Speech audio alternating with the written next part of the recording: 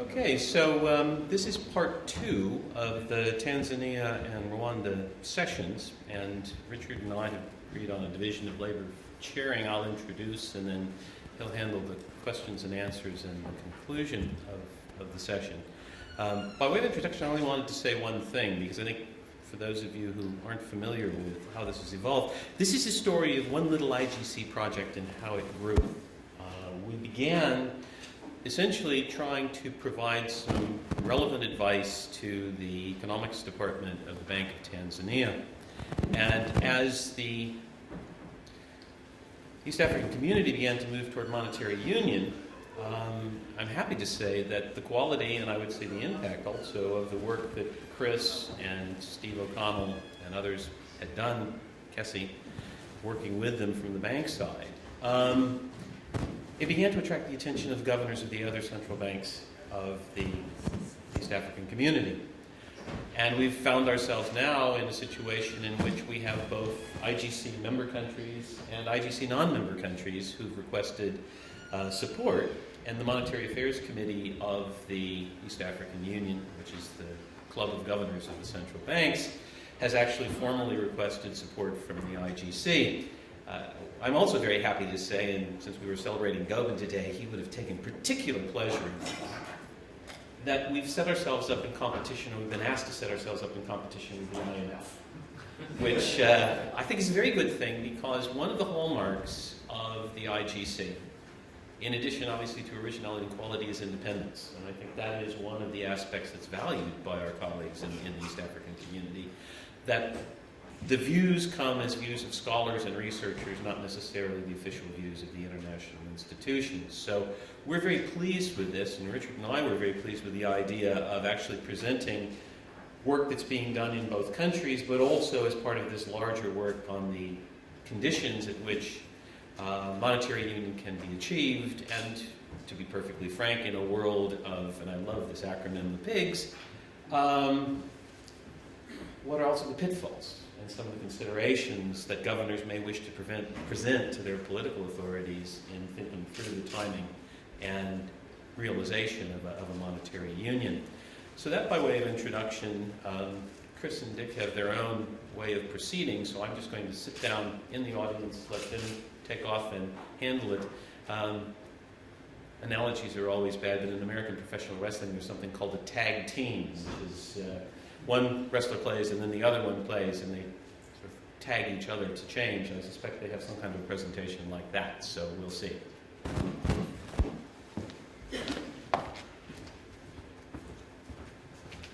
Thank you, John. It is a great pleasure to be involved in this session, because certainly of the portfolio of activities that I'm involved in with the IGC, this is certainly one of the most exciting. As I try and find my PowerPoint,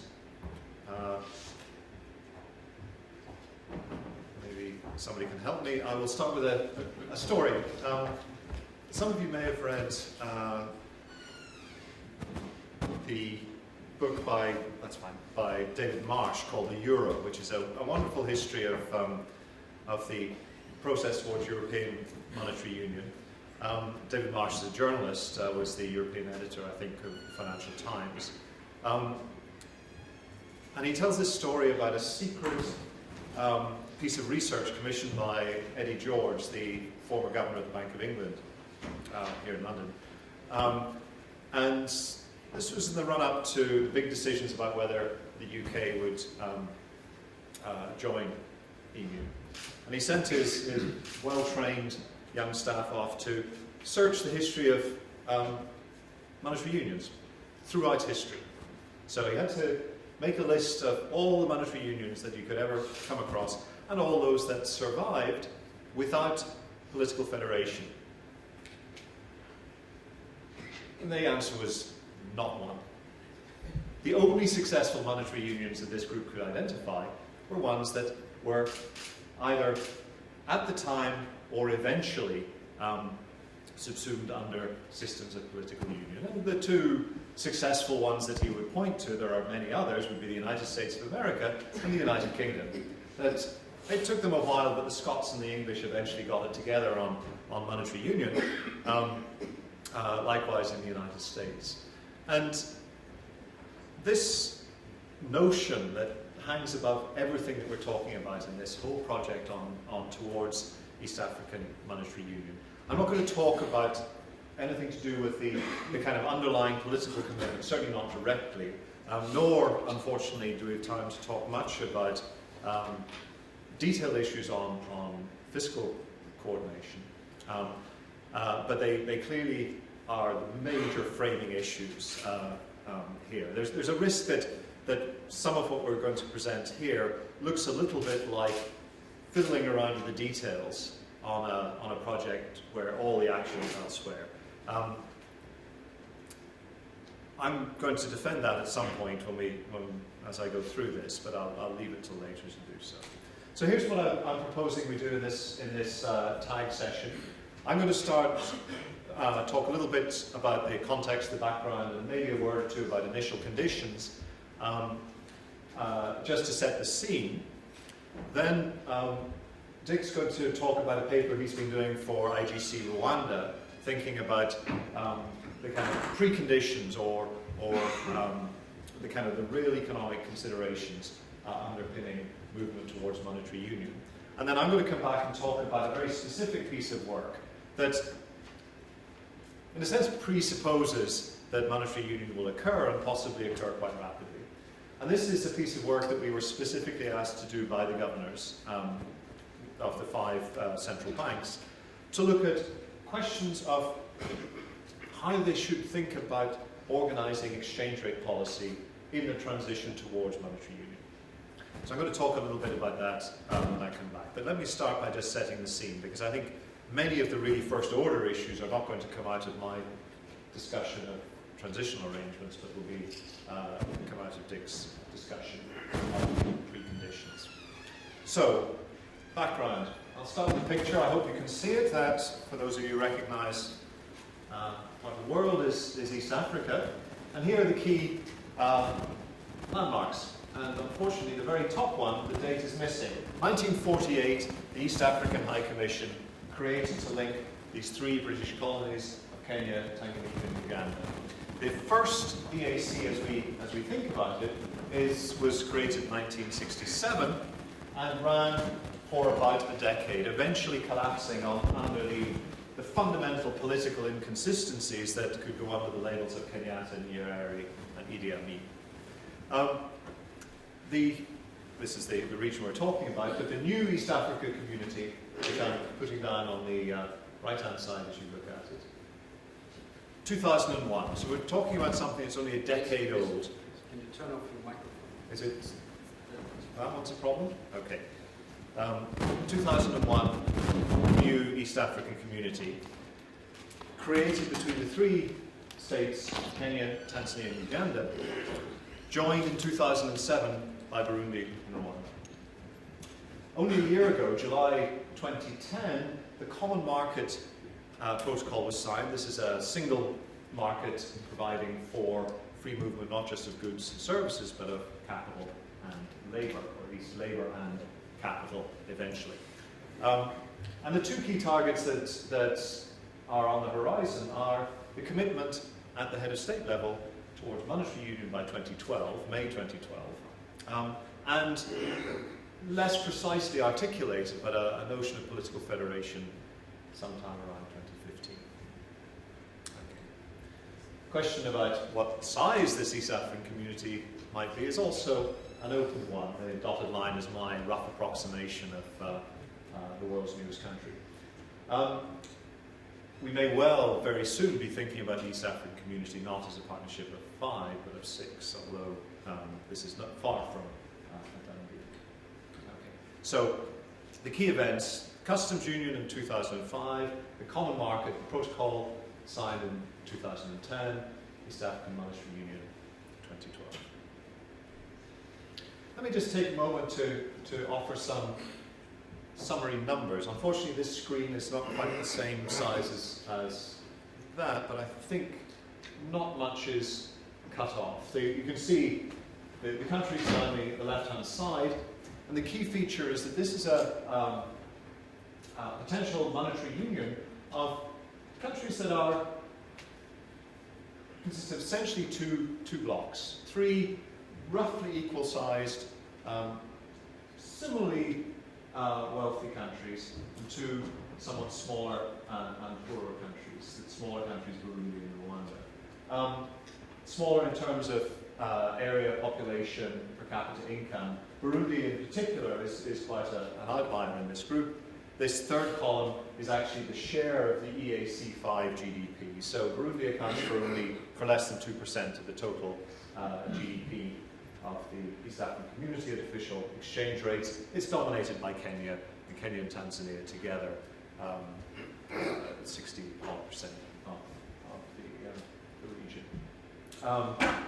Similarly, Burundi is substantially poorer on a headcount poverty measure, followed by Rwanda, and we've got a whole range of other factors. A couple of things I want to highlight is the very final column is aid dependency. Here we're expressing it not in terms of percentage of GDP, but in percentage of merchandise imports. Essentially, Burundi's imports are fully aid funded. In aggregate, Rwanda, a very high aid coverage. This role of high aid flows is going to be important as we go through the discussion.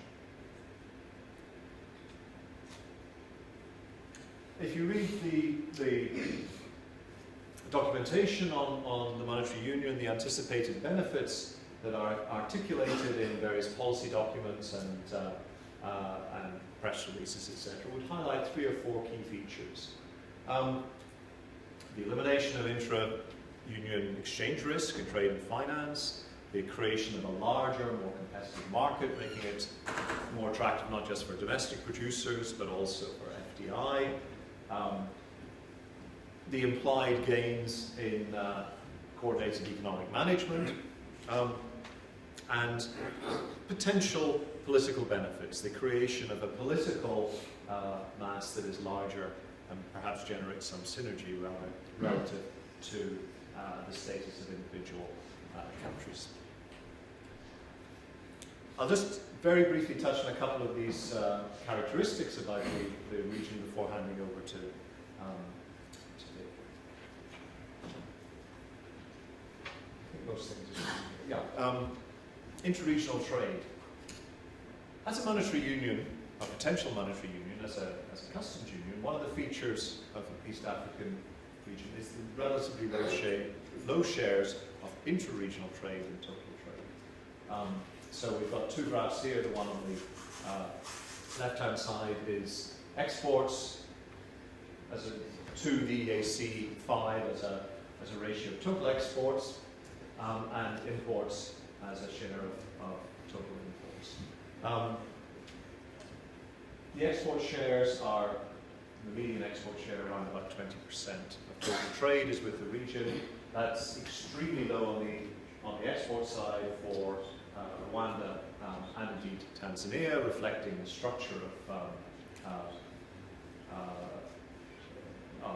export trade. I'm not quite sure about the data on Burundi, whether I believe it ever reached 30% earlier in the decade, but I would look towards the end of that graph. It's low 10% shares. Imports, again, Kenya is not importing from the EAC.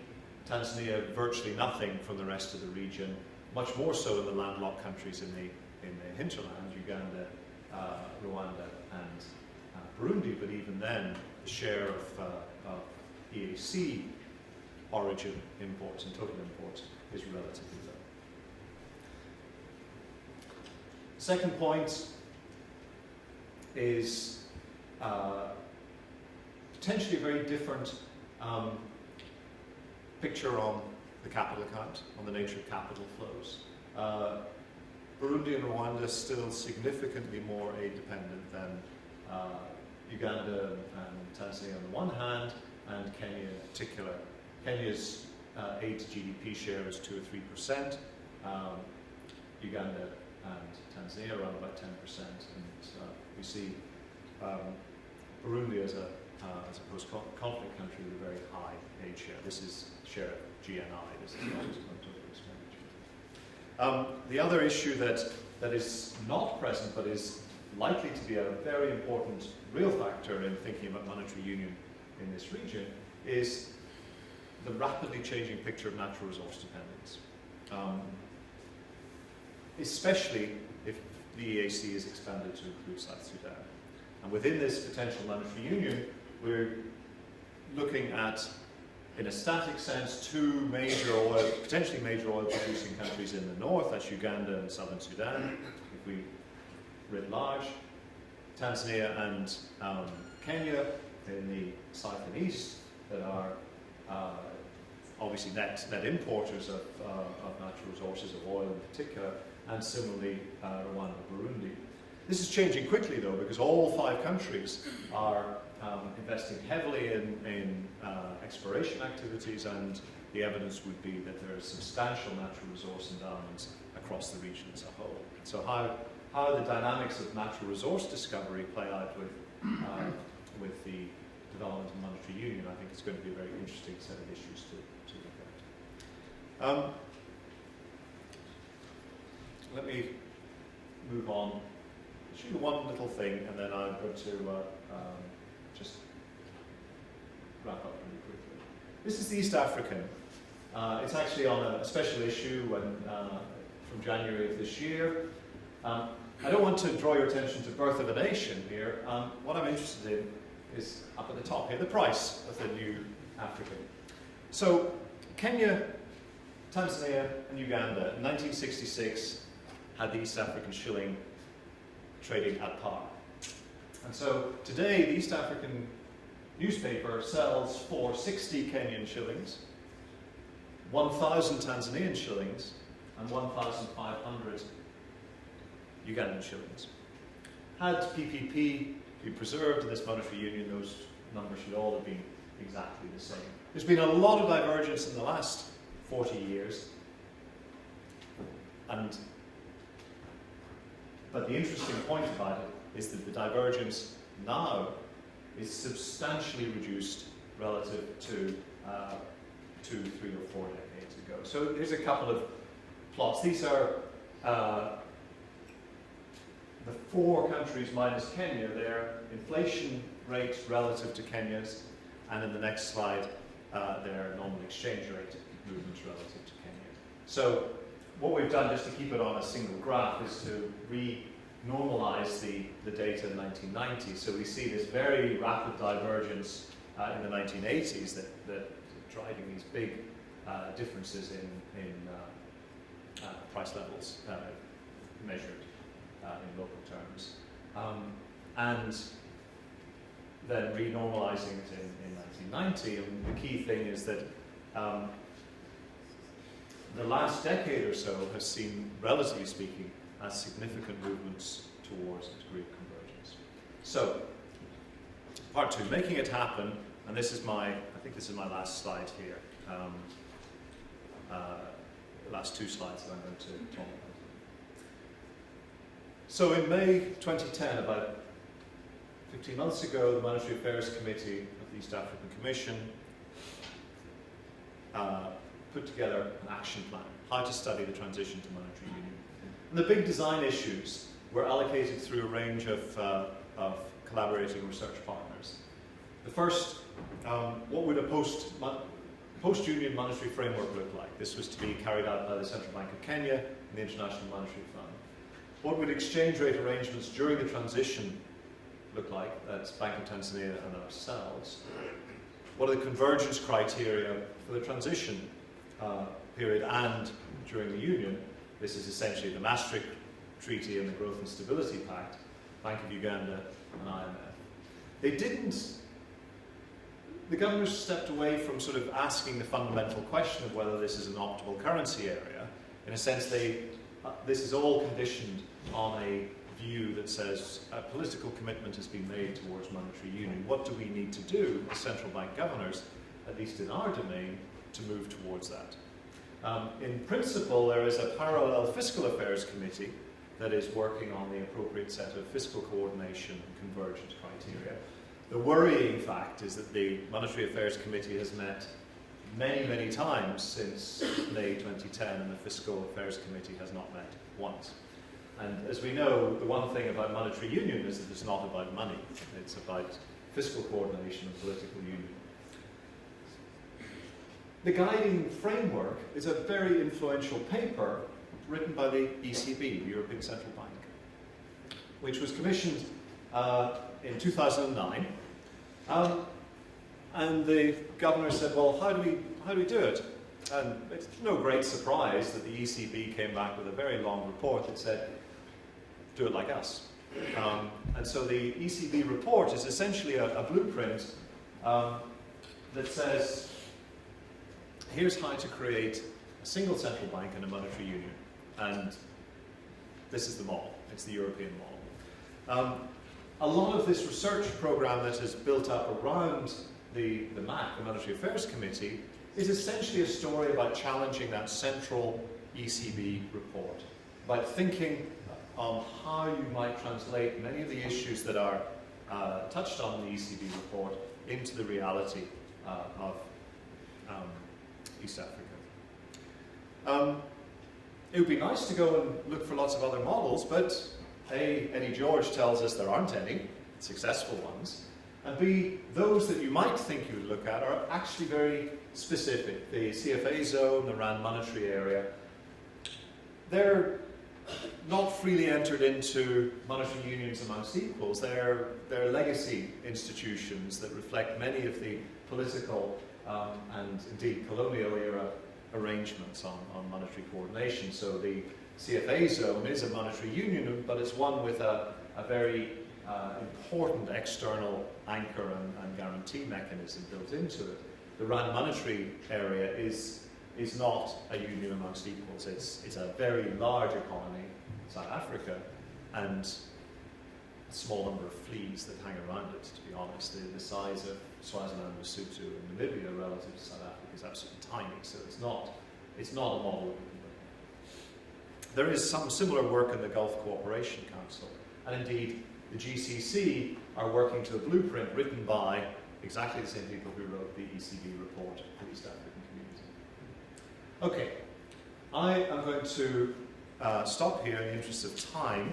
I'm going to come back to exchange rate options for the transition phase in a moment, but what I'm going to do is hand over to Dick, who can pick up some of these real issues about monetary integration before I come back to the transition. Okay, thank you. This talk is based on a small policy note that I'm writing. At least it was supposed to be small, but it's turned out to be rather long, actually. So I'm only going to talk about a few issues here. Also, the focus is on Rwanda in the policy note, or it was supposed to be on Rwanda. And there is some focus. I'm going to focus on Rwanda a bit, but most of the issues are relevant for everybody, I would say, for all countries. That didn't work. Okay. One can divide up the preconditions into 4 different groups. At least that's what I've done, and that's how I've structured the talk and how I've structured the policy note. So first we have the current economic structure, and that would relate to the optimum currency area arguments. And then we have the political institutional preconditions that are completely ignored by the optimum currency areas but are equally important. And then we have the convergence criteria, and finally the fiscal policy rules. Of course, the fiscal policy rules are also part of the convergence criteria, but as you probably know, it's very important to have good fiscal policy rules for the member countries, not only for those that are entering. Okay.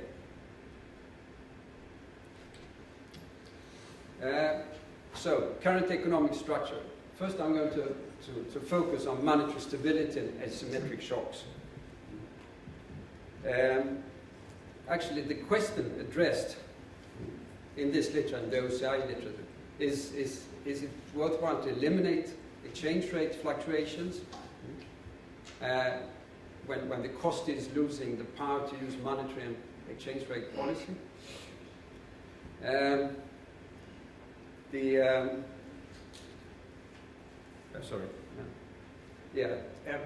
the monetary and exchange rate policy is then supposed to be used to counteract country-specific shocks.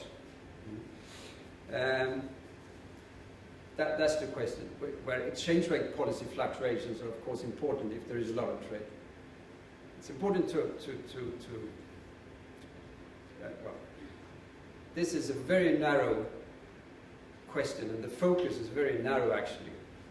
And if you look at theoretical models, it's very hard to make the case for an optimal currency area based on theory. This is at least the conclusion drawn by Betzma and Goulidiori in a recent survey they published in the Journal of Economic Literature. And also, as Chris said, most unions, currency unions, have come about because of political reasons. Actually, Cohen, who's written a number of papers on monetary unions, says there's no case where you can argue, it's very hard to argue that there's any case where monetary unions come about because on the basis of optimal currency area arguments. It's all political. For developing countries, it looks even worse. As a number of people have pointed out, these are usually, they trade little with each other, they are heavily, they're specialized on certain products, and they are dependent on natural resources. And of course, many of the terms are exposed to terms and trade shocks, and the terms and trade shocks are unlikely to be seen. So it looks pretty bad for African countries or developing countries when you look at optimum currency areas. And not surprisingly, a number of studies have shown that African countries are too different to form optimum currency areas. However, most of these studies just look at business cycles, or they have very partial, very small focus on partial aspect. Actually, there are very few that looks at costs and benefits. There is one study, however, recently that does it quite thoroughly, and it's a study by De Bruyn, Masson, and Patillo, and it was published in the Journal of African Economists this year. And they set up a model for Africa and calibrate it, and then look at and simulate what happens when you form a union. And they look at the costs and benefits, and they actually find that the net benefits are positive in general, in contrast to most other studies. And they're positive because trade is not the main reason why there are benefits. It's monetary stability. And the costs are the asymmetric shocks. And for the EAC, they say that Burundi and Kenya would benefit, Rwanda and Uganda would benefit a little, while Tanzania would lose a bit. Rwanda will benefit because it will have more monetary stability, and it will lose, they have asymmetric shocks, that's a cost. Tanzania will lose because of monetary stability. Now I think this study raises some interesting questions, and one could say that the results are much more uncertain than what they claim, and secondly, maybe more positive. First, monetary instability.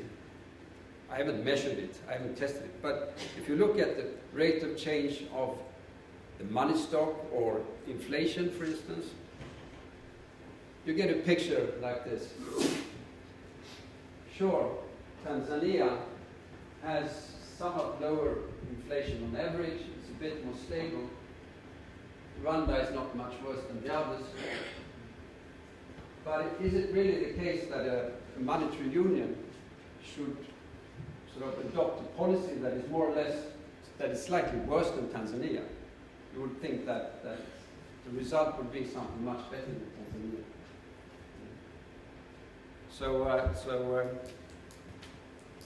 delegation of monetary policy.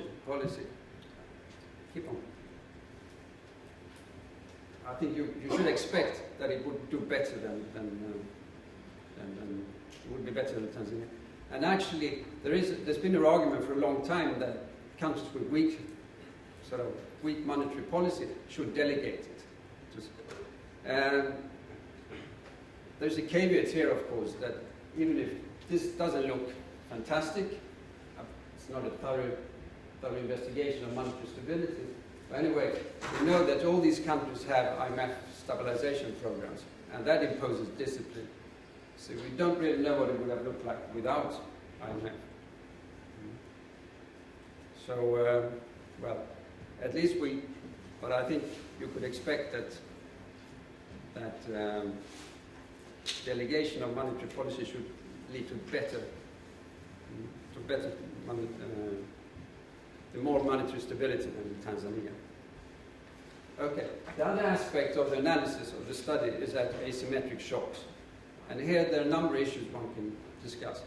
First, I'm sure there will be asymmetric shocks in Africa as long as agriculture is an important part of GDP, because agriculture is dependent on rainfall, and rainfall is not the same in all countries. This is not an argument against the monetary union. I think it's really an argument in favor, because if there is a common market and a common currency, the markets for maize and other food stuffs would be integrated, presumably. Although it's not a smooth process, we know that prices are controlled. Maize prices, for instance, are controlled in some countries. But it might be, it's a likely consequence. And with a bigger market for maize, that would probably be, the asymmetric shocks would be reduced. The food prices would be more stable. Then, what do we know about other terms of trade shocks? There are two easily obtainable series for terms of trade for these countries. One produced by the World Bank, and the other one by I lost it. Yeah. Untitled. Yeah. And when you compare these, you can see that they are similar for some countries, and they're clearly different for other countries. For Rwanda, they are very different. So in this case, you see it? Rwanda is this one. It goes up here. What's in the horizontal axis? From where? Well, this is an index. Sorry. No, I understand. I mean, which is the period? The period is from 98 to 2009, approximately. I can't see it either. No, 1990. From 1990 to 2009. And this is for UNCTAD, that's the World Bank. And Rwanda is going up here. You can't see it actually, it goes up. And in this case, it actually goes down. In terms of trade for Kenya, pretty similar. But the point is that we know very little about terms of trade. It's very uncertain. Are they similar or are they not? They look. Actually, Rwanda and Uganda have similar terms of trade in one of the graphs, this one, not in the other one. Another way of looking at terms of trade shocks is, of course, is to look at real exchange rates. They are determined by many different factors, but I think really effectively exchange rates say something about terms of trade shocks in the long run. And this is from 98 up to 2010, and these are the real effective exchange rates. And as you see, the long run movements are the same for all countries except Kenya, which is really different. So the conclusion about the study and monetary stability and asymmetric shocks is first, I think the study, when it comes to monetary stability, underestimates the impact of monetary stability, at least what we expect monetary stability would be like. And it's very uncertain what the asymmetric shocks do. I don't know exactly what kind of variables they've used in the study. But it's possible that it looks better. The monetary union looks better than the study indicates. Okay, the next point is the importance of exchange rate flexibility.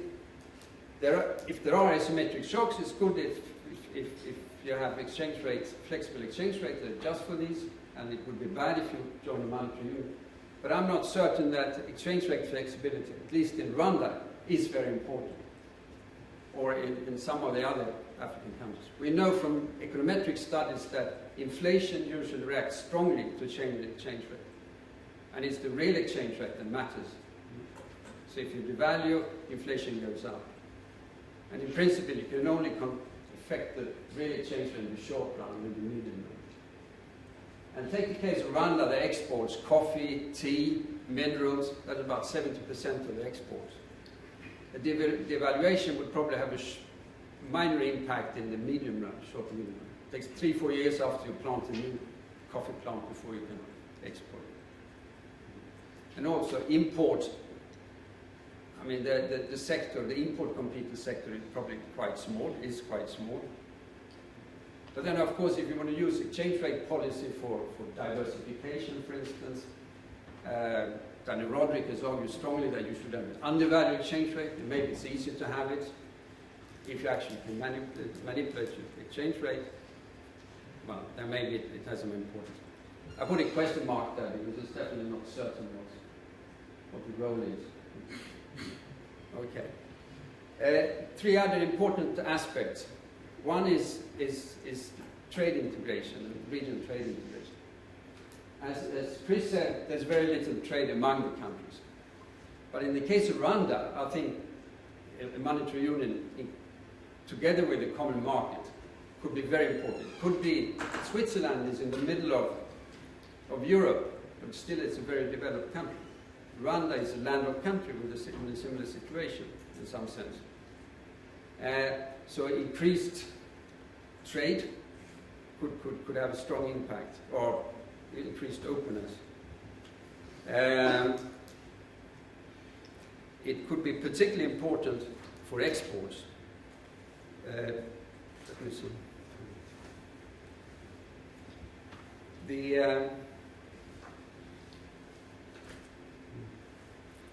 Actually, the cost of exporting a container from Rwanda abroad is over 3,300 euros.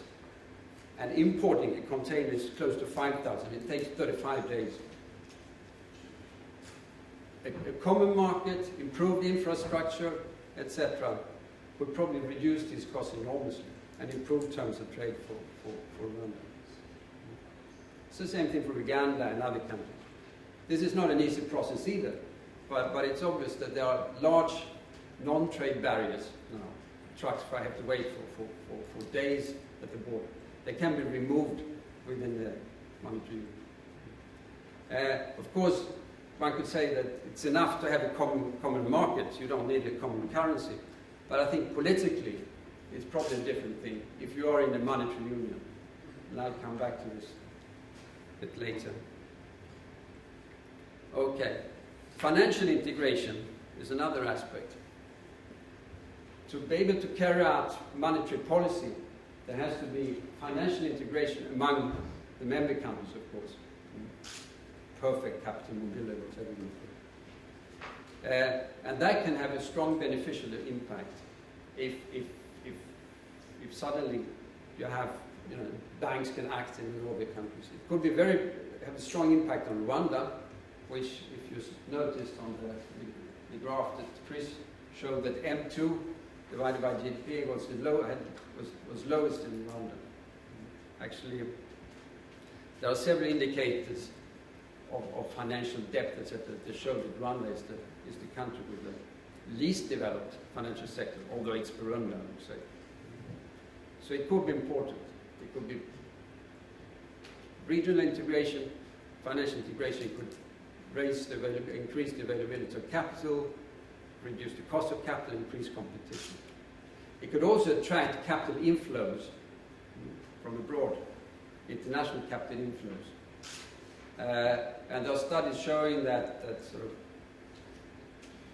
the growth of a financial sector, etc., could reduce capital outflows, or capital flight. There are a number of positive aspects. However, one has to be careful with capital mobility against the rest of the world, international capital mobility, since we know that you have sudden stops, etc. So that's something that should be considered. Okay, I'm going to advance too slow now, I'm sorry. Chris already talked about what I call structural divergence. They found oil in Uganda. There can be developments that make countries very different over time. In the European Union, labor union costs diverged during the last 10, 15 years. So that's another issue. Okay, but overall, I would say that if you consider this economic structure argument, it looks like it's a case for a monetary union, although some of the issues could be discussed, particularly the loss of exchange rate flexibility. Okay. The introduction of a monetary union will, of course, lead to a loss of power for the politicians. They will lose the ability to change the exchange rate, they will lose the ability to use monetary policy, lending to public companies would probably be forbidden, etc. So the question is, why are policymakers interested in this? Chris said that, alluded to this as well. Well, to build become a big power maybe, to unite people, etc. There's a statement by somebody that to unite peoples that have been artificially separated, to increase competition. These are grand schemes. In the European Union, there was a need to have fixed exchange rate. And the reason was that first there was a lot of trade, also there was a tradition of having fixed exchange rate at that time. But thirdly, there was something called CAP within the EU, which is the agricultural policy subsidies. These were decided each year, and when there were big changes in the exchange rate, this whole system collapsed because the allocation became completely different from what was decided. So there was a strong political will to have a fixed exchange rate. Within the East African community, there's very little will to have a fixed exchange rate because they don't have it.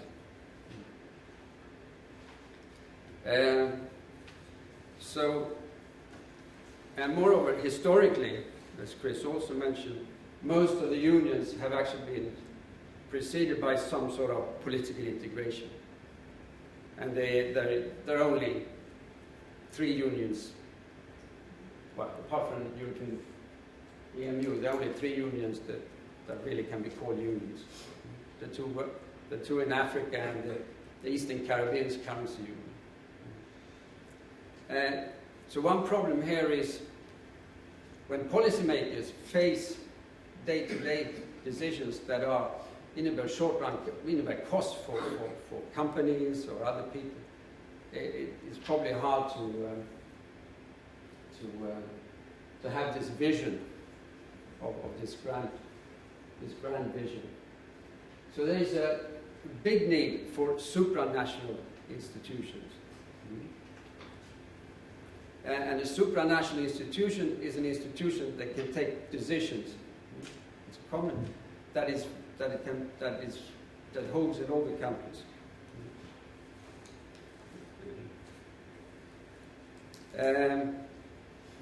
For instance, So a law, if a decision is taken or they've signed a protocol, East African Community have signed a protocol, the measures have to be implemented.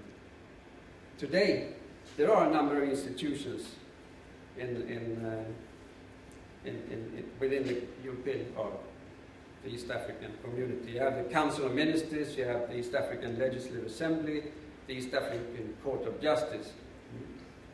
But they don't have a mandate to decide on what the other countries should do. In the European Union, that's the difference. So these institutions, or at least some of them, need to have the legal rights to force national governments to actually implement integration measures.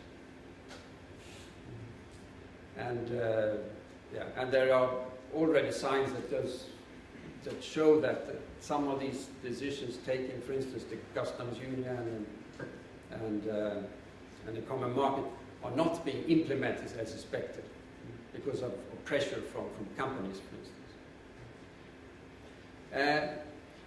But when you have these supranational institutions, they need to be legitimate, and they should have some sort of acceptance among the public. For us that live in Europe, we know that it's not easy to accept that you have a supranational institution making decisions. So there's a need for a whole system of accountability. Okay, so what's left here in AEC is a lot of work, where they have to prepare, ratify the necessary legal documents, and create institutions such as the East African Monetary Institute. And that in turn will carry out a lot of technical and preparatory work and create the operational regulatory foundation for the East African Monetary Union and for the bank. And then you have the customs unions and the common market. They should function well before the monetary union is launched. Because if they don't, of course, adjustment to shocks will not be easy. Labor movements, etc. Chris mentioned the study by the European Central Bank. It's about 1,000 pages, lots of detail. And there's a lot of work to do. And this has been recognized by EAC. And I think what they say now that the protocol should be signed in 2012 and come into effect 2015, but in practice it might take much longer. Because if you look into details here, you see that there are so many decisions to be taken. For instance, where is the central bank going to be? In Arusha, in Nairobi, etc. Okay, let me switch to convergence criteria. There are a number of them, and they are a bit complicated. These are the stage 2, the stage 1 ended in 2010. These are similar to the European, the one that in the EMU, but not exactly the same. For instance, you have a budget deficit not exceeding 5% of GDP, and not 2% without grants, and 2% including grants. Inflation rate should not be more than 5%. You have reserve goals for reserve ratios. You should have a sustainable GDP growth of not less than 7%. Domestic savings to GDP ratio should be at least 20%, and you should have a sustainable level of current account deficits. As you can understand, there are a number of problems with these. First, there are really no thorough definitions of the different variables. And the measures here vary across the countries. For instance, CPI, if that is the measures that is going to use for inflation, is in Rwanda, I think 32-33% is food. In some other countries, it's over 50%. There are no dates exactly on when these targets are going to be met. Sustainability is not defined. Another thing is they're very ambitious, sustainable growth at 7% of GDP. I mean, they must have decided on these convergence criteria during a very good year. Then they are inconsistent. For instance, the budget deficit with and without grants. A country such as Rwanda that has an inflow of maybe 10% of GDP in foreign aid, they had budget deficits between 9 and 14% over the last years. If you exclude foreign aid, if you include it, it was under 3%. And the expected inflow of foreign aid to Rwanda is about 10% of GDP for the next 3-4 years. So clearly it's not going to be easy for Rwanda to meet this target. The same thing holds for a sustainable current account.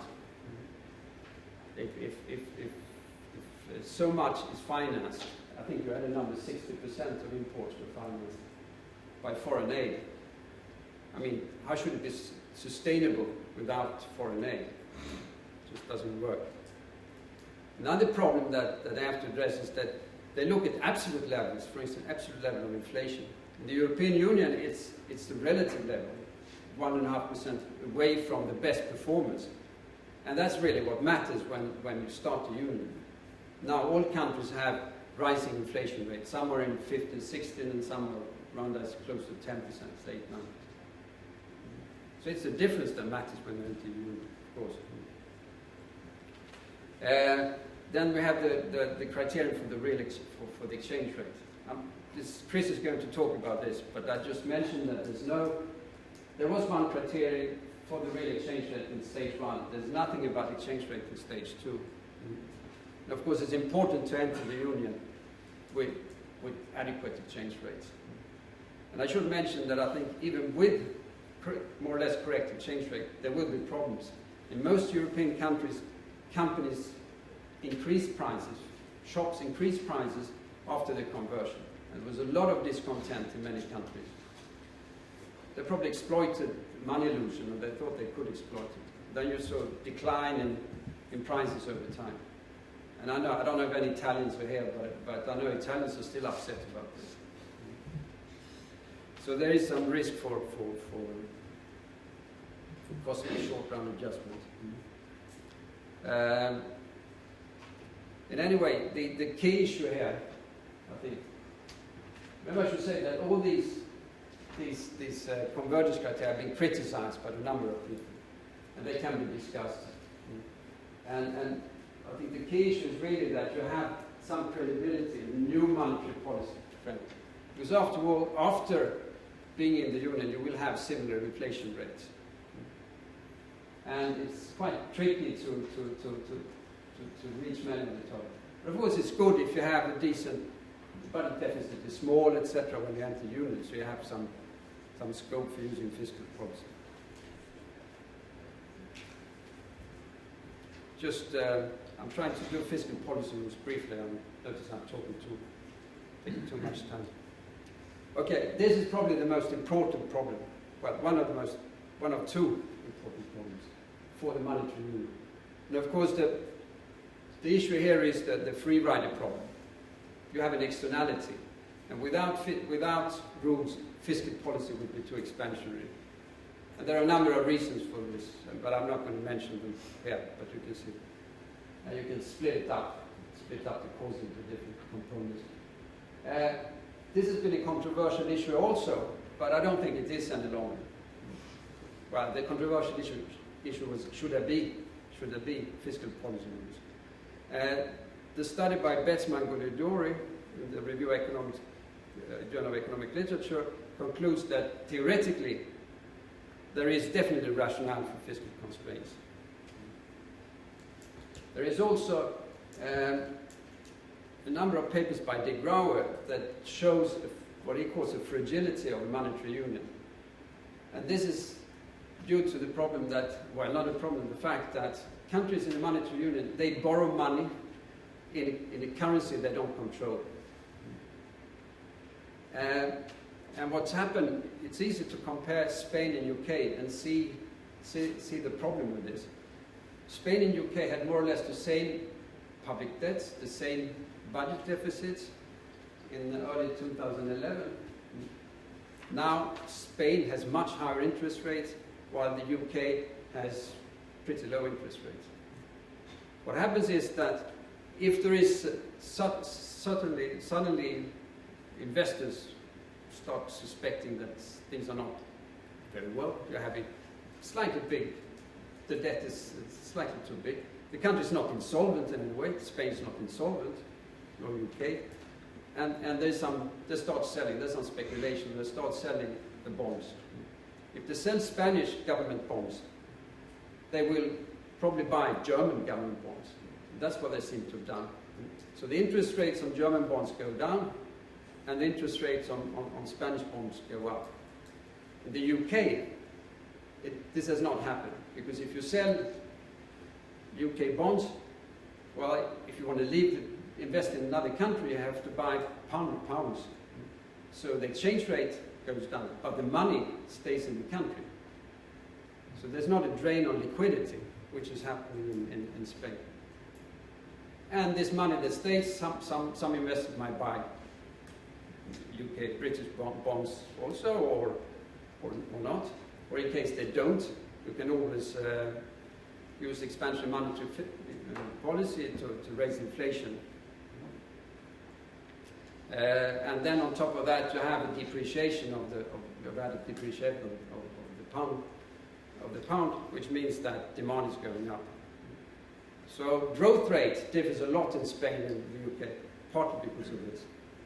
And this is a danger. It's that emerging economies also have experienced, some of them have experienced. It's called sudden stops. Okay, just briefly to finish. Problems of designing fiscal policy rules. This is not easy without a political union. First, you can't really ignore the fact that you have counter-cyclical. You should be able to use counter-cyclical fiscal policy. You can't remove that policy tool as well. So there has to be some judgment. What is a shock, external shock, and so on. And then, even if you decide that something is wrong, how do you enforce the rules? In the European Union, you can pay up to 0.5% of GDP in fine. But of course, if you have a huge deficit already, and now you're going to pay 0.5% in fine, that's the highest fine. It doesn't work. And of course, the rules used by the European Union haven't worked.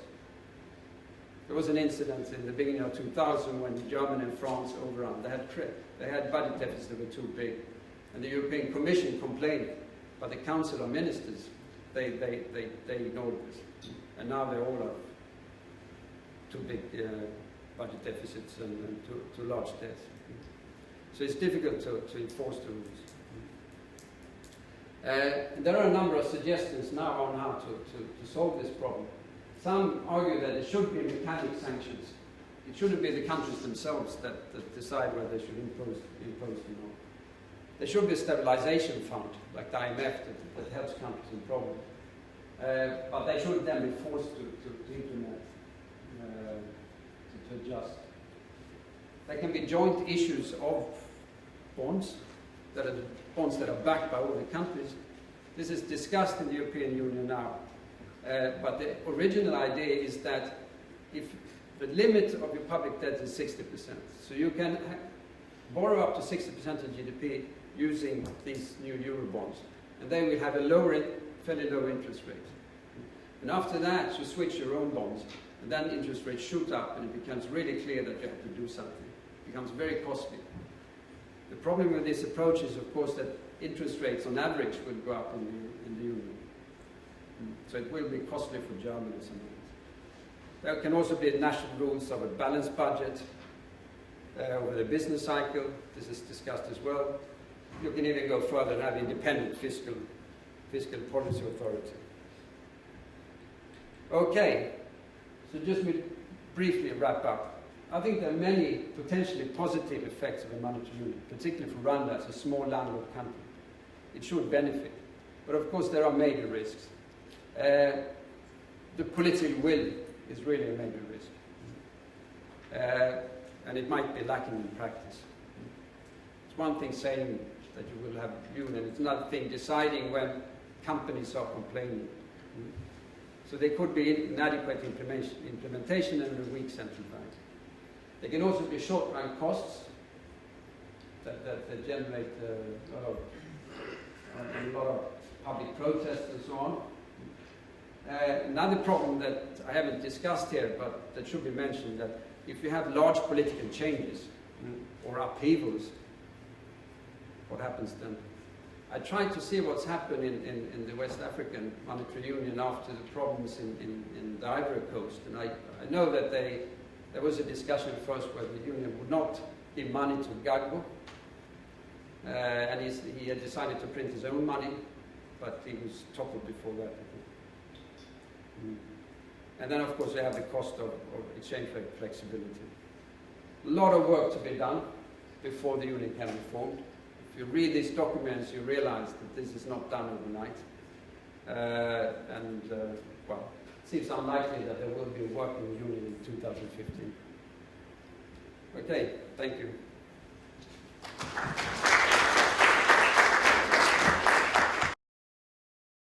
The advantage, a little bit of publicity, is that what I was going to talk about is on the website.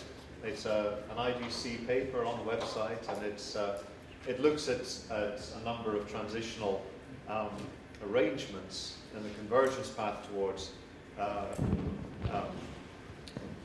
conversion to a single currency. But I would make one or two observations about it, and then I think we, in the interest of time, we should probably go to questions. The first is, I think Dick covered a lot of really interesting issues, and a lot of them are both concerns for East Africa, but also reflections on the European experience. And in a number of meetings that I've been at with the central bank governors, there's a sort of sense of saying that the best advice you could give is take today's Financial Times and say, be careful what you wish for, that actually the news coming out of Europe is really raises profound questions about monetary union. And I think these questions are profound, but there are two sort of counterpoints to it. One is that in the work program that the governors have set out, probably 80% of that work program you'd want to do anyway. You'd want to do it to improve the national and regionally coordinated conduct of monetary and fiscal policies. And even if this big initiative serves the following purposes: consolidating the single market and the customs union, and acts as a coordinating mechanism for the improvement of the conduct of national monetary and fiscal policies, then I think that's a major achievement. I think that actually is a payoff. And it could be read as kicking the can down the road, but maybe the can should be kicked down the road on this particular dimension of the moves towards greater economic and monetary integration. So, in that sense, it's a project that's worth sticking with, because it's a project that's actually got very high payoffs in the byproducts. Kessie, my colleague's been doing some interesting work very recently looking at just the microeconomics of currency convertibility in capital cities around the region and on the border posts. To what extent do currencies exchange? How might central banks work to improve the clearing of currencies, to share information on reserves, stopping short of reserve pooling, for example, but possibly moving to kind of Chiang Mai reserve pooling arrangement.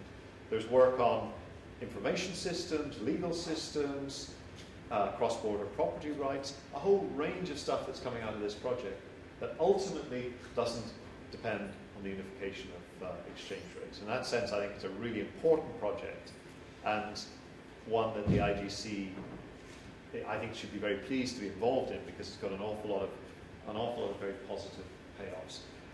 The paper gives you 5 options if you're thinking about moving from the current state in East Africa to a unified currency, and it talks about the implications for the choice of nominal anchor under 5 exchange rate transition arrangements, and the implications for the pooling of sovereignty over monetary policy as you move from the current situation to a unified exchange rate. It discusses issues about exit strategies and how you can move towards what we call a convergence zone, and at what point and under what conditions might countries think about pulling the handle on the ejector seat. It talks about the trade-offs between a kind of variable geometry of the 5 countries moving at different speeds towards unified exchange rate, a sort of European to Greece versus the rest story, versus a coordinated move of all 5 countries going together. We span a range of different options from an internal grid where we've got fixed bands between the different currencies to a delegated anchor, where in a kind of a European model we think about the implications of the smaller countries of the European Union anchoring or fixing their exchange rate, sorry, the East African Union, fixing their exchange rate with the Kenya shilling and delegating authority over the nominal anchor to Kenya. We compare that with a collective anchor where there's a delegation of authority to a supranational monetary institute in the first place and a central bank. So these issues are all covered in the paper. I think I would take up too much time if I went through them on the screen. I'd be inclined to talk too much about each one. So I think we should open it up for discussion.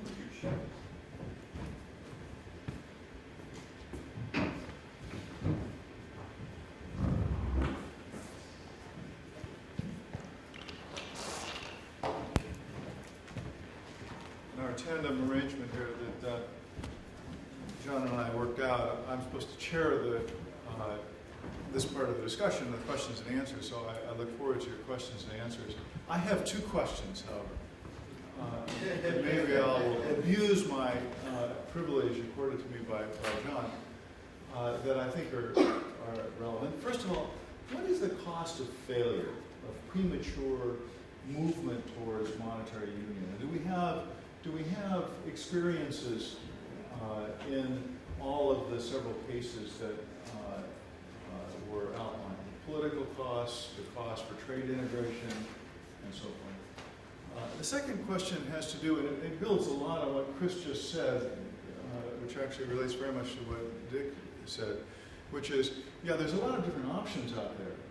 But if you had to identify a sequencing of options, trade policy, for example, financial integration, integration of services sectors across the East African community, what would be your ideal sequencing based upon what you know from the East African community?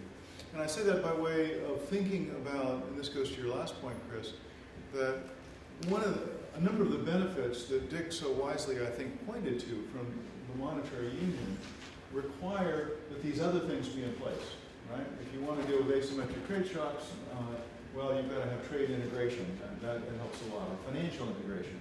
But on the other hand, if I were to say, from a policy perspective, what is the most effective thing to do to deal with asymmetric shocks and to get to the point where you could have that integration? Would it be work on trade policy, work on financial integration, or work on a monetary union? Which would you identify for that? So anyway, that's my question.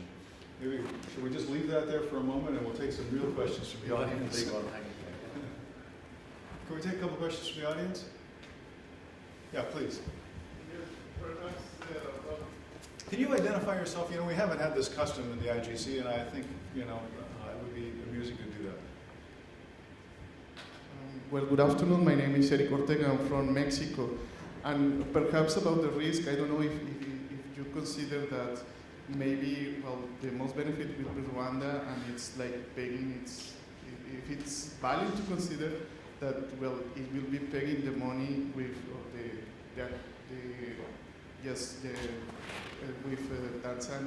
Tanzania. And I don't know if you have considered to make similarities in order to imagine the risk with what had happened with Argentina in the sense that they lost their monetary policy, that they adopted US dollar. And as you have analyzed it here, the structure of economy is really important. Do you think that Rwanda, that it seems to be that will be the main beneficiary, will not have the same risk that have Argentina. Besides just thinking, it's excellent thinking about the successful cases, but also we have to think about the ones that have failed before. One more question? Jide. Thank you very much. My name is Babajide Shodipo. I'm currently an advisor with the government of Rwanda working on regional integration issues with the Ministry of East African Community Affairs. First of all, with regards to the point Richard made about the need for certain things to be in place before the monetary union can actually function effectively, I'm wondering that perhaps one can frame the recommendation that for there to be a successful EAC monetary union, first of all, there has to be a successful EAC customs union and EAC common market. And if those two are not well established, then the whole point of having a successful monetary union is moot. I'm curious about whether you agree with that proposition.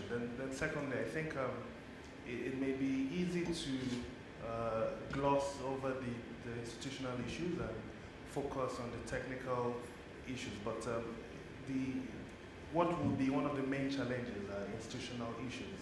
So for example, at the moment within the EAC framework, all decisions are made by consensus. All partners have to agree. With that kind of framework, you wonder how it will be possible to have an independent, supranational, whether it's going to be a central bank or whatever. And perhaps these are some of the more fundamental integration issues that the community has to address before even putting all the energy and the effort into the details of the monetary union. Shall we take some responses? Okay, please. Two-handed intervention.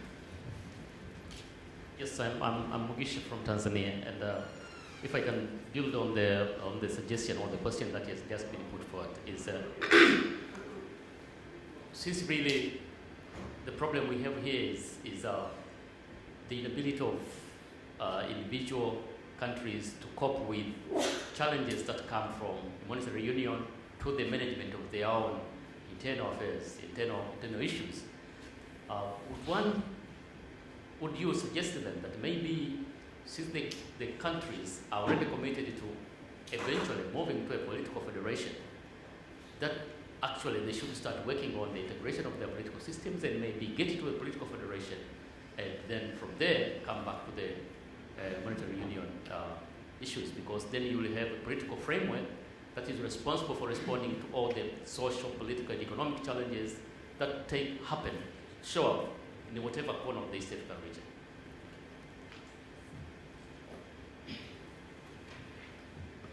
Can we put off your question just for a moment, and we'll come in a second round here. So please, Chris and Dave.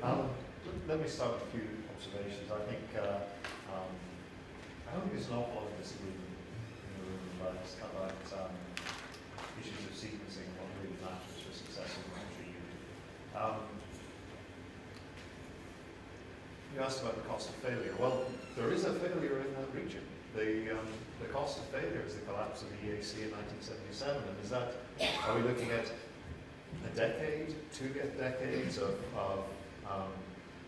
slow progress on the development of interregional trade, a revert to a kind of a metropolitan view of trade patterns between countries in Europe or North America, relatively low levels of political cooperation. The costs of failure are extremely high. And the other case has been played out in front of us. We don't yet know the true cost of failure in Europe, or at least the risk of failure in Europe. My sense on this is that there's a degree of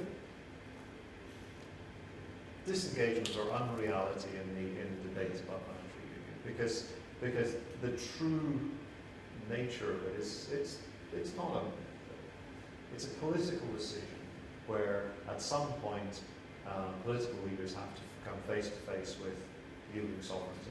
And nobody's really faced that yet and thought through the implications. And so I think this enthusiasm is possibly not terribly well anchored at the moment, because the downside is not being confronted by current political leaders. It's aspirational. It raises a lot of sort of grand ideas, but when the 5 leaders decide which one of them is going to be the president and who's going to appoint the central bank governor for the European Central Bank, etc., when we get closer to those sorts of decisions, I think some of the key trade-offs will be drawn a lot sharper. The point about should monetary union follow political union, I think of my own, I'm speaking as a Scot here, two big events in Scottish history, two of the many big events in Scottish history are in 1603, the Union of the Crowns, when the King of Scotland decided he should be King of England as well. And 104 years later, 1707, the Union of the Parliaments. And it was only with the Union of the Parliaments, 104 years later, did you get monetary union. It took quite some time to work through. The United Kingdom is one of their successful monetary unions that are still existing for exactly that reason. It's a political union with a monetary union on top of it. So I'm very sympathetic with the notion of the sequencing points, that it's a political project fundamentally. There are issues about fiscal coordination, and fiscal coordination immediately brings you into the realm of sovereignty and political representation. And I think the real economy issues, in a sense, it's political, real, fiscal, would include trade, financial integration, monetary union, and that sort of sequence. I don't think we're going to do a blueprint for it, because the history of the European experiment is a very particular history, and one that's not meant to be directly. I've just come back to my final point. The energy and dynamism that this project has brought to the Monetary Affairs Committee is remarkable, and it's got big payoffs.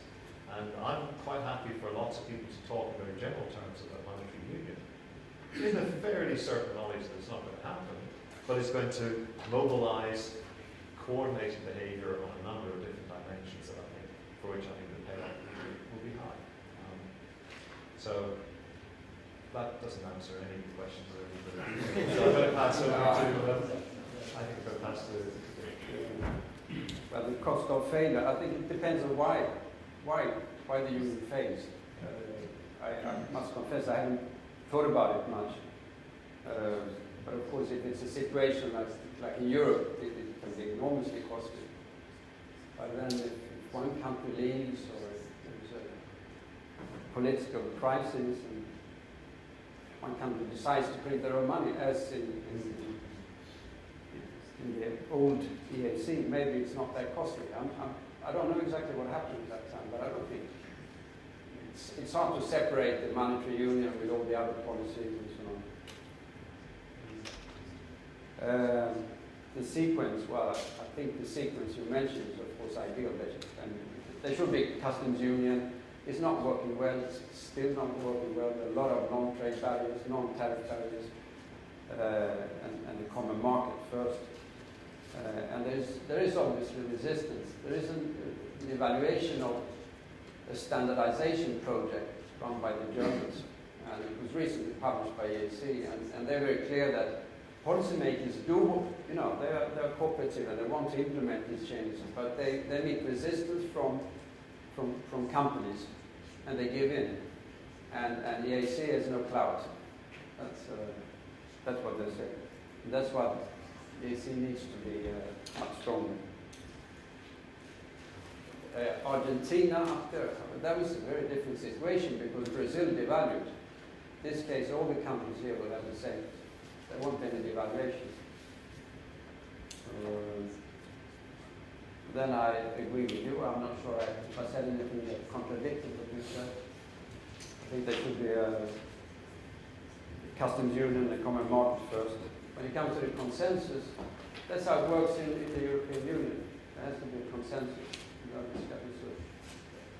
Well, but when it comes to the central bank, it will be independent. The problem is appointing, of course, the board. There will be one member of the board from each country, and then, of course, there will be discussion about appointing the government. But then, of course, it's going to be independent. It's going to be accountable to something, and this whole central bank has to be integrated into the AC system in some way, which is a major job as well.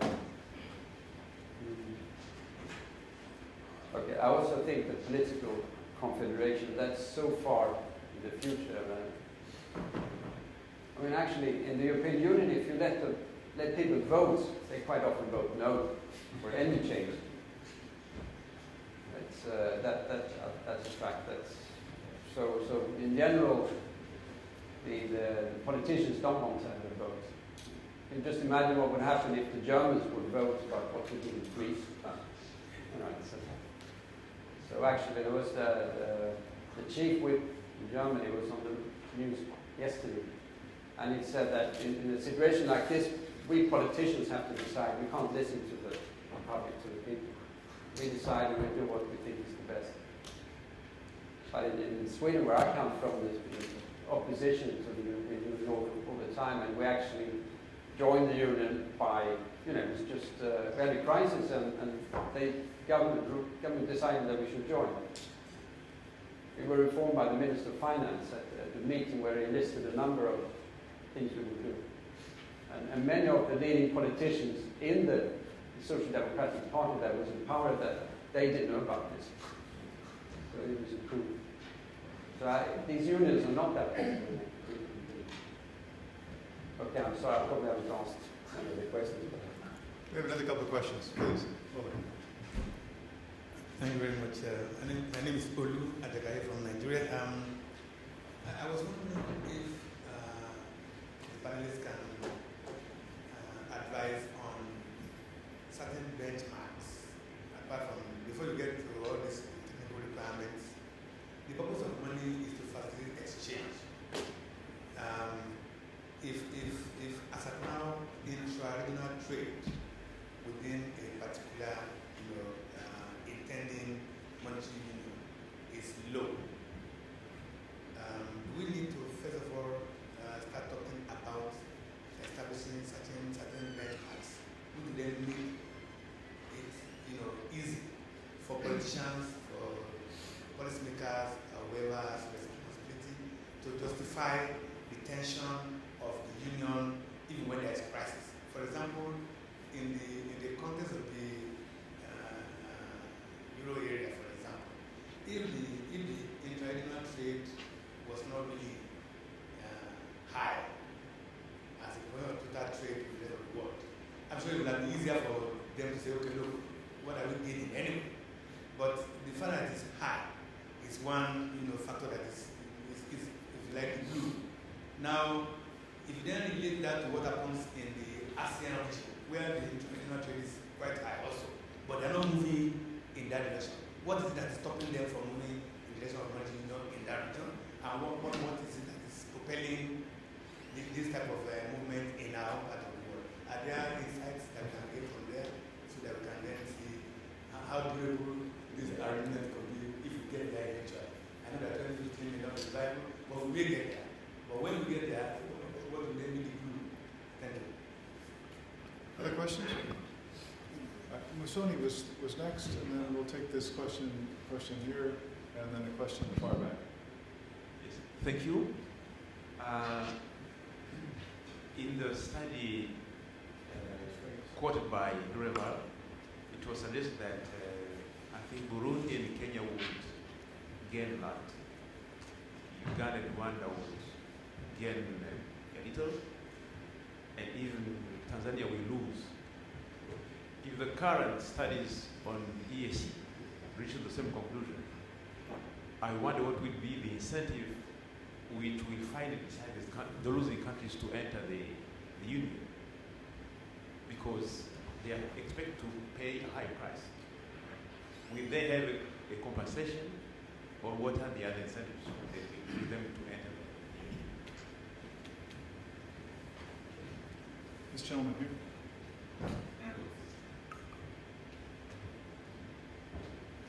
I'm Hugh Smith. A little bit of history first. I was working in the Bank of Zambia in 1965, shortly after independence, when a currency union fell apart and Zambia established its own currency as did Malawi, and Rhodesia went its own way. I don't think the costs were particularly high of that particular collapse. Another sort of perspective on this is, of course, within each country you have a currency union, so that Lake Province in Tanzania can't have an independent monetary policy from the coast province. And so some of the issues that are being raised in the integration already exist in a primitive form within countries, especially if they're at all large. And this led me to have a lot of sympathy with Chris's remarks about the discussions that are going on have a lot of value because they address important issues about making the economy of the region work better, even if it doesn't go so far as a monetary union. And I don't want to actually suggest rewriting your policy paper, but it struck me as a slightly different sequencing of the subject matter, which might give greater clarity. There are sources of divergence between the different economies, which will arise from time to time. You can then examine the costs and benefits of a customs union as against the independent situation, and there's quite a lot of benefits, I believe, and not so many costs. Then you go to full monetary union, and well, you've banked the customs union benefit already, and so you're looking at the marginal costs and benefits relative to that previous situation of the further integration involved in monetary union. And I think it comes down to what adjustment mechanisms are available to respond to the divergences that we talked about at the beginning. And if you've lost some degrees of freedom, so that unless you can introduce some new degrees of freedom, perhaps free movement mobility of labour to counteract unemployment arising in one country which has had a bad patch, or something like that, may come a point where the strain is too great for monetary union to be sustained, even though the customs union might be all right. So there's and it goes back to there's an ambiguity, isn't there, where the policy papers look at the costs and benefits of these different degrees of integration, or whether you're saying, well, you decided to do it, and here are the mechanics you need to think about. There's a bit of ambiguity. Good. Let's take that last question up at the top and thank you go very back to much. Mel, if that's okay. My question is very simple. My name is Augustine Fossey, UNU Wider. Many years ago, I learned in Economics 101 that one takes an action if the marginal benefit exceeds the marginal cost. Now, I've seen a long list of the marginal cost. I've not seen much in terms of the list, the marginal benefit. Price stability, potential increase in trade as a result of minimized transaction costs associated with currency convertibility. I'm still waiting to hear about the marginal benefit. Olu, my colleague Olu, made a mention of that. I would like to amplify that. If one looks at the West Coast from a historical perspective, the CFA, for example, price stability, yes, it never succeeds, but it also the cost of output reduction, output reduction. So I'm still waiting to hear more about the marginal benefits. Chris did an excellent job enumerating the benefits associated with the process. I agree, but I'm talking about the process. I'm talking about free economy. When we come back to the panel, there will be a couple more questions, but let's this is quite a full menu in the second round, so perhaps, let me pick up a couple of points. I think this Augustin's points about still waiting to see where the benefits are links very closely to the issue about kind of conditional on establishing an effective customs union and labour mobility and integration of factor markets as well as goods markets within the area. Then I think that's a very interesting question when we were working on the margin, what are the benefits.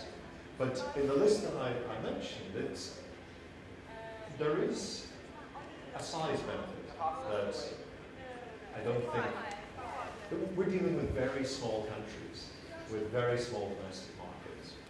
And there clearly, there's a question here about the extent to which trade integration, customs union, improved factor mobility, the creation of a single market, whether in a sense in triggering the dynamic growth benefits from that real economy integration are enhanced to any significant degree by the integration, monetary integration. Now, ex post, if we said, are they enhanced by successful monetary integration, the answer is probably yes, they are. But as a sort of, despite sort of Mandel's classic example, if you look at, if you ask the question, is the United States of America with a single currency and the associated political and fiscal structures that sustain that as a credible single currency across a region, is that a more efficient economic organizing structure than one with deep integration and trade and factor markets but separate regional currencies? I suspect the answer is yes, but I don't know. The adjustment mechanisms are in place, and in a sense the answer is prejudged by having to lay out the conditions under which success is going to be sustainable.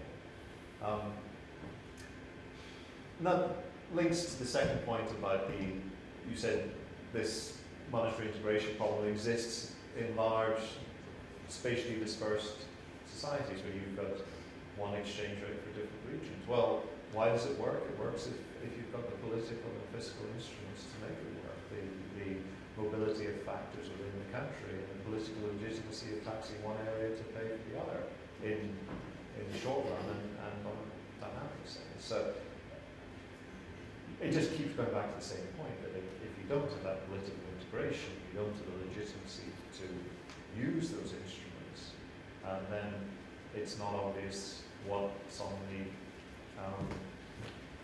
benefit side to offset the cost of losing a policy instrument, even if it's only going to be effective in the short term. I haven't got a well-articulated response to Ulr's question. I think I've got a long and rambling response, and I'm not sure whether I should. Well, as a matter of fact, I've just received this message which reads, "Dear Chair, the lecture needs to end now." In this theater now, please turn and conclude the lecture. I think you have the final word. You want to say two things before we leave, and then we'll go. Yeah, I think politically it might be important to have a monetary union. You might have a customs union with a common market, but the step of having a monetary union means that you really need to collaborate in another way. And maybe that would force the implementation of a common market. I mean, in principle, you could have, if the customs union and common market work perfectly, that wouldn't be a problem. But politically, I think it's very important, and it's related to what Chris said about the central banks in the world. The Swedish politicians feel left out. We're not part of the EU. You know, they'll be complaining about this all the time. We don't have influence. Rwanda, they might have more clout if they're in monetary union. I think the biggest improvement for Rwanda would be access to the world market at a reasonable cost, quite not a big, but that's enormously important. So, thank you very much.